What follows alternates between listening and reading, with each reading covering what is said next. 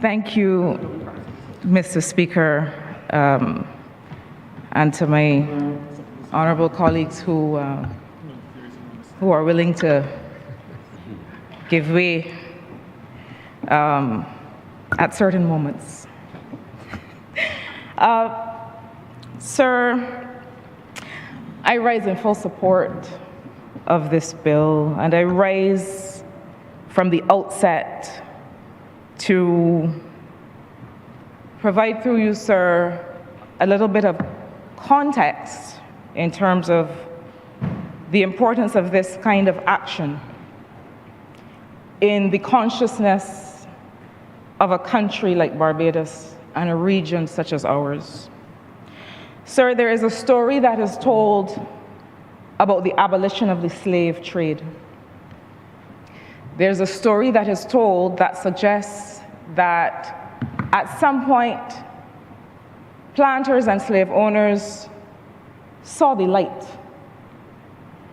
and had their consciences pricked by a newfound sense of morality that somehow appeared after centuries of enslavement of a people.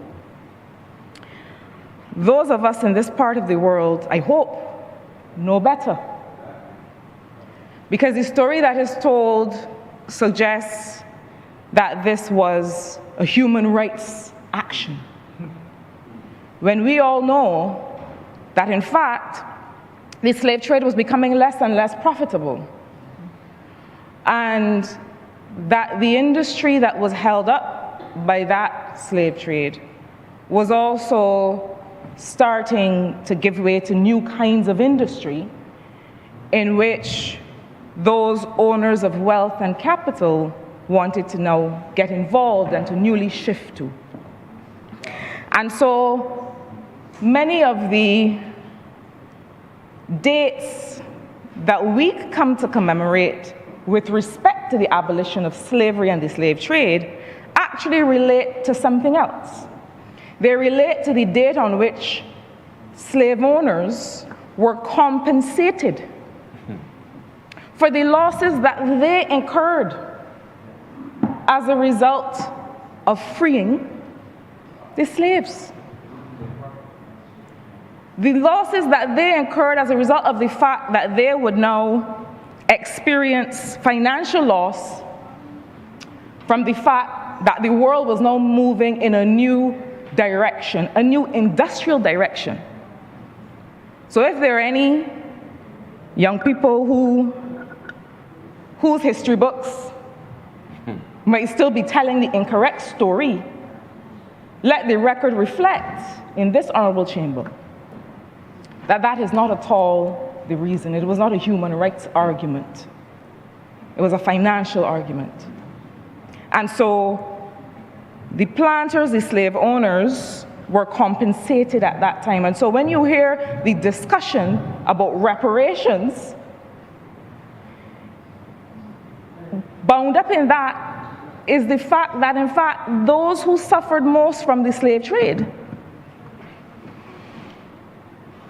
slaves and their descendants, were never considered losers in this, were never considered for compensation. Those who really stood least to be able to recover were never even considered human enough to be compensated.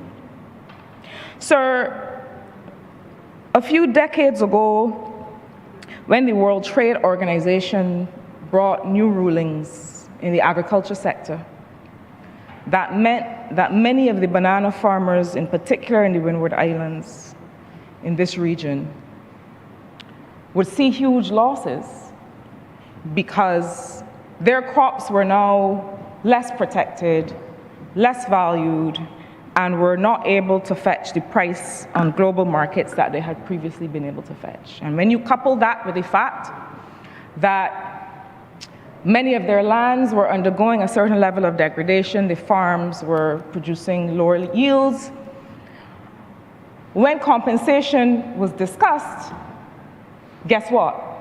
Again, it was compensation to the owners of farms. And of course, we wanted those owners of farms in the Caribbean to see compensation.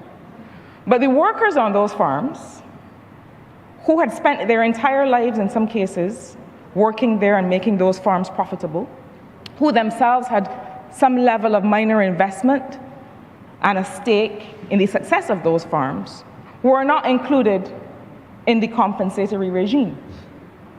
And so, sir, I start there to indicate that we have in this region a history of compensating the big people. We have in this region a history of acknowledging a certain kind of ownership, a certain provenance of ownership, ownership that comes from a certain place in the world, and ownership that looks a certain way. And we have not often considered something that this bill does now acknowledge. And I realize that the language is not new language, but the language is important because it is the protection of depositors. It is a protection of the people newly, by including the credit union system, that are losing the most and can least afford to lose what they stand to lose. It is now an indication of whom these kinds of regimes really need to target. And again, I feel as if Barbados, from this little place in this small region, is showing the world what it really looks like to build a financial system that protects people. It is not the first time in the last 8 years that we've had to show the world how to improve and strengthen financial systems, and it is a conversation that we continue to have. But such is the significance, sir, of this legislation.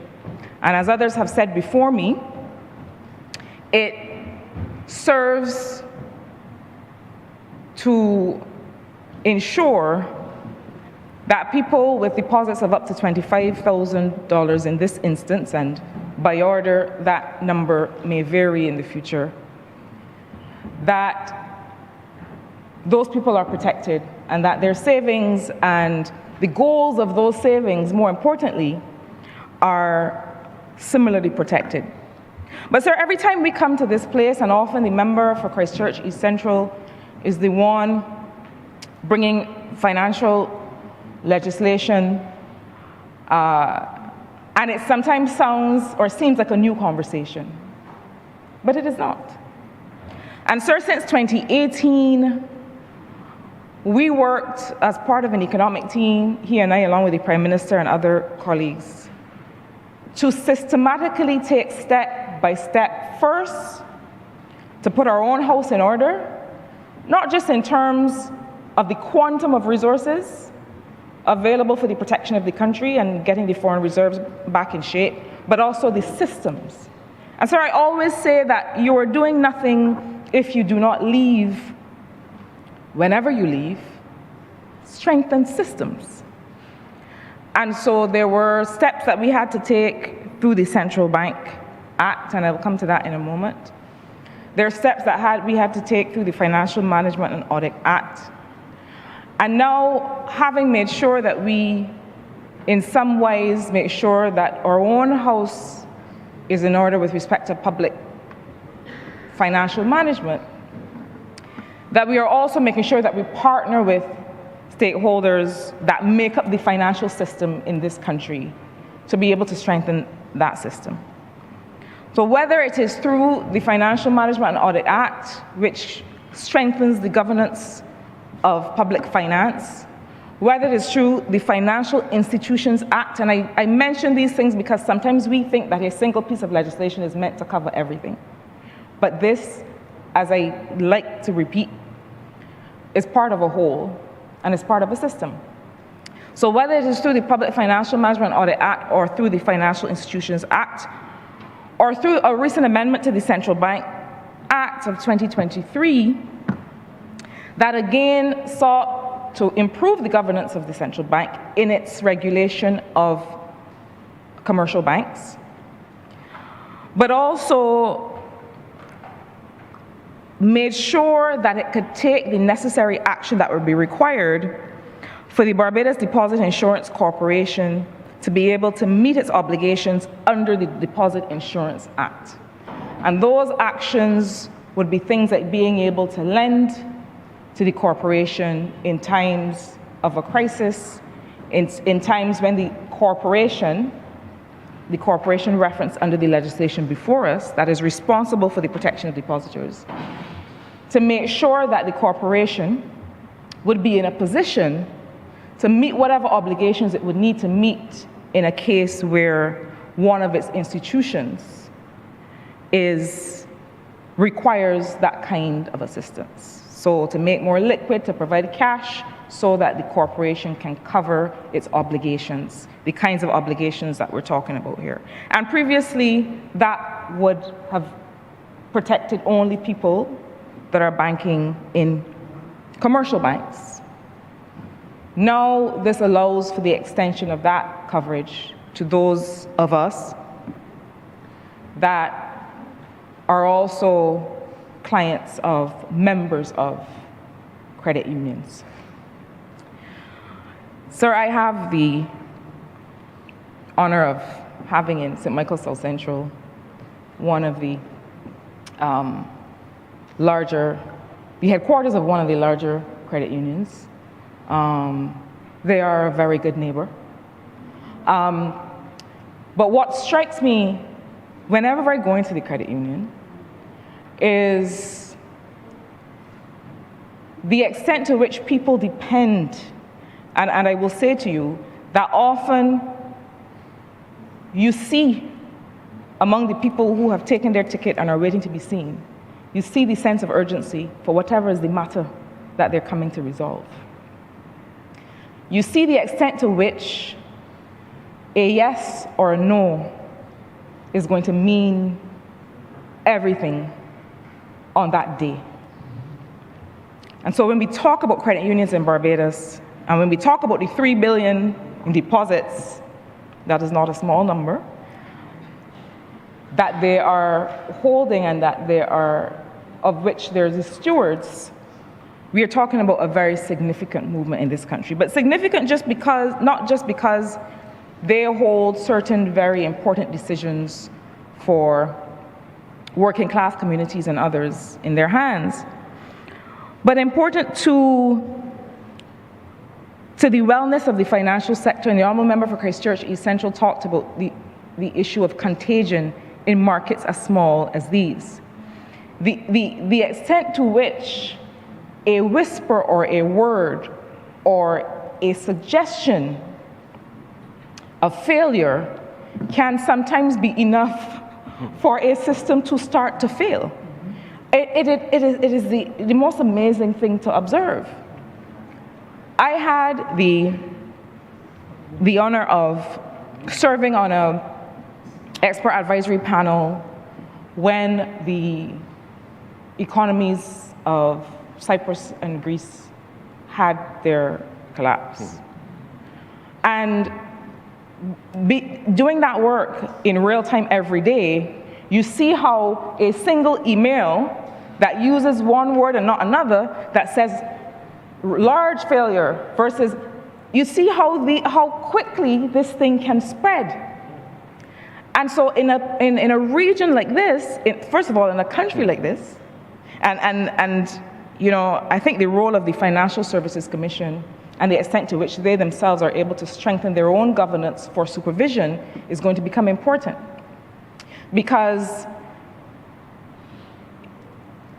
it becomes critical to all of us as actors in this system to make sure that we are closely managing the health of each of our financial institutions. Sometimes institution by institution, case by case, because if there is ever a suggestion that there is a problem, then we know that this is a domino effect that can sometimes take hold, whether there is a problem or not.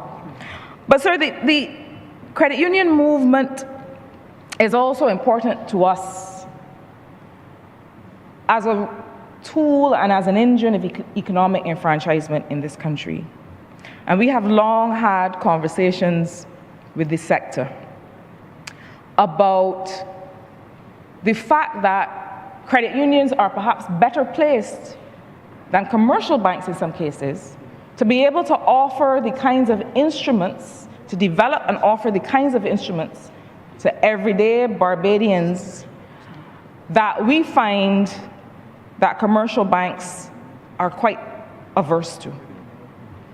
And I know that we've been in this conversation for some time, and whether it is how we approach the availability of mortgages for affordable housing, or it is how we approach setting up vehicles through which Barbadians can invest in companies or in projects for our own development. We have for some time, for example, talked about a project like a desalination plant. That is a development investment so that at once you are able to invest in something for which you and the country will see the immediate benefits in the way of increased and improved water supply in certain parts of the country. The bottom line is that, and I say, sir, all the time, and I believe the same is true for the member for Christchurch East Central, I certainly did not come to political service to preside over the consolidation of wealth among those who already have it. That would have happened without me. That would have happened without the member for Christchurch East Central. And whether it's Bank Hall or Haggett Hall, that's not why we came to do this work. We came to do this work so that people can move from a wage-based existence to an ownership-based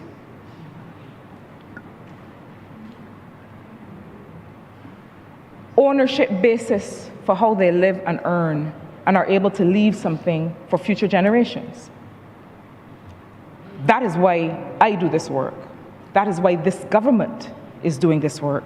And that is one of the things that this legislation helps us do. I do think that we need to go further faster.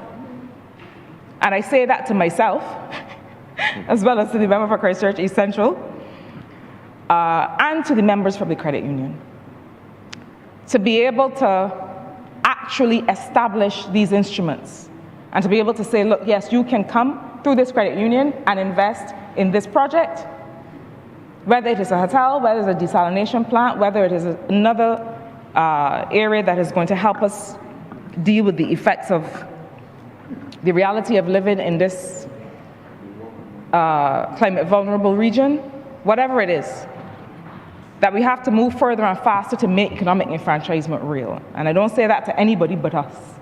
I say that as a reminder to us that that is still our mandate. Sir, to the extent that the Financial Services Commission is now included as a relevant, competent authority to be able to arbitrate in these matters, to the extent that this legislation removes the need for a high court to make a decision before operations can be wrapped up, before payments can be made, this is important. And it is important for a reason that I don't like to admit.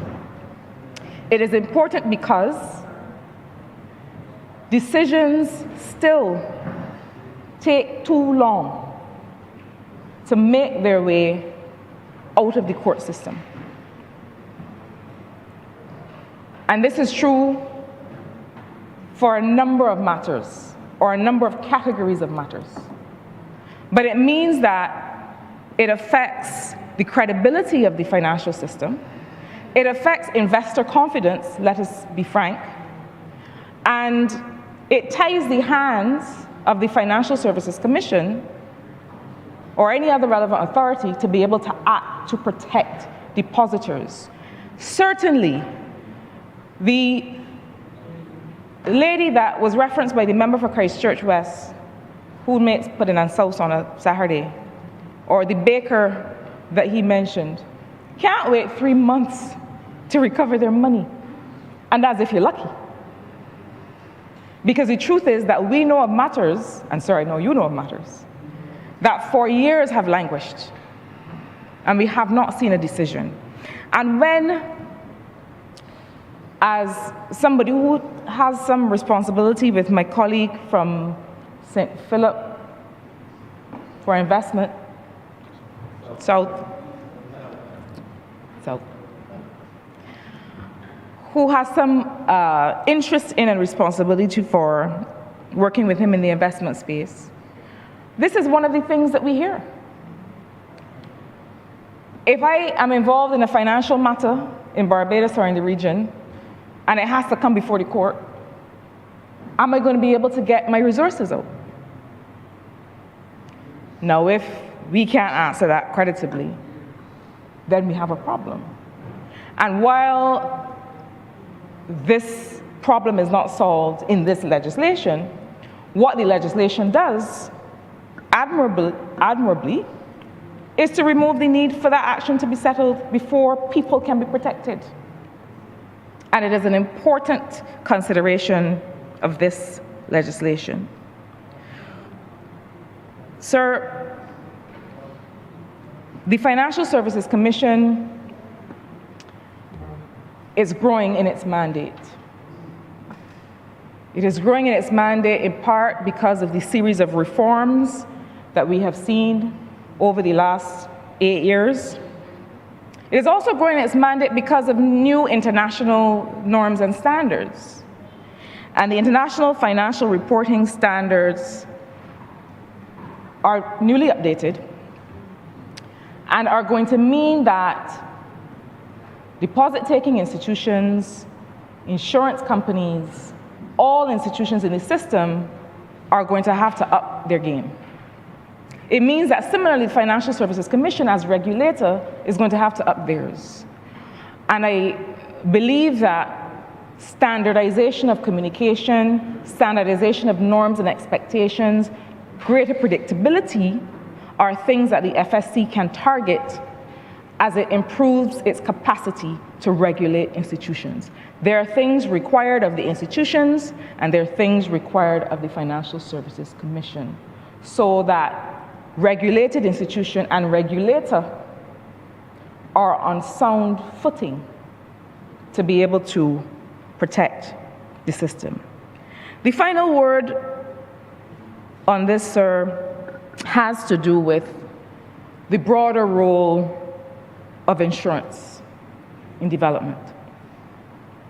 And this kind of insurance that this bill strengthens and makes accessible to credit union depositors is key. But so, frankly, sir, are all the other kinds of insurance.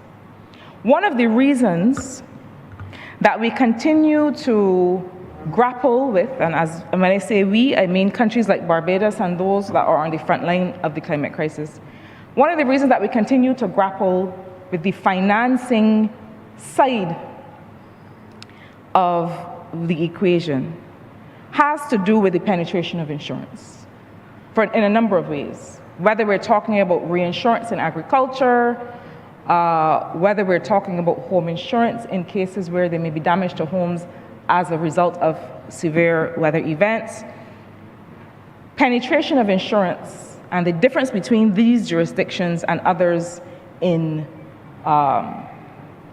countries like the US and the UK and other regions is that we suffer from the potential for wipeout risk. And I'll say briefly what I mean.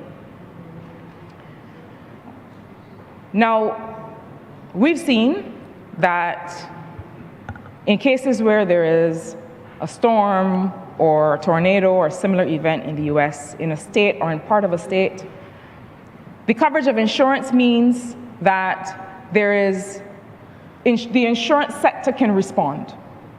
The insurance sector can respond because of the scale, as a percentage of the overall land area or a percentage of the population.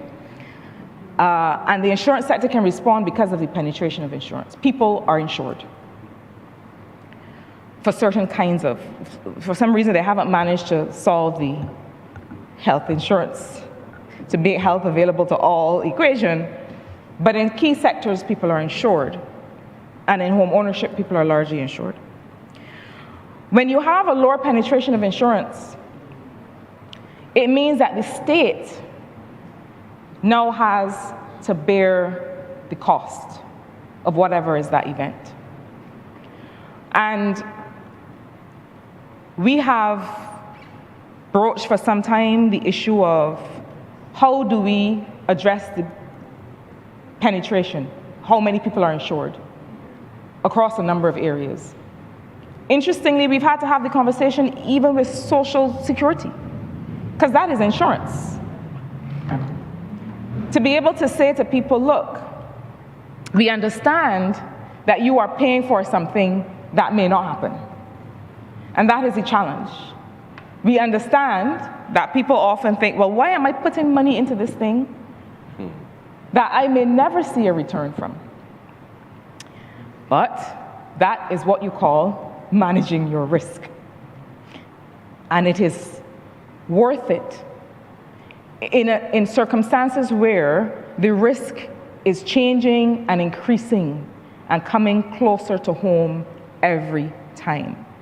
And so I only make this point, sir, as we talk about deposit insurance, to turn our minds to the fact that we have to be able to solve the insurance issue across a range of areas. And when we hear reports about how many repairs have been able to be completed following a severe weather event, part of the challenge is the scale that the state has to bear.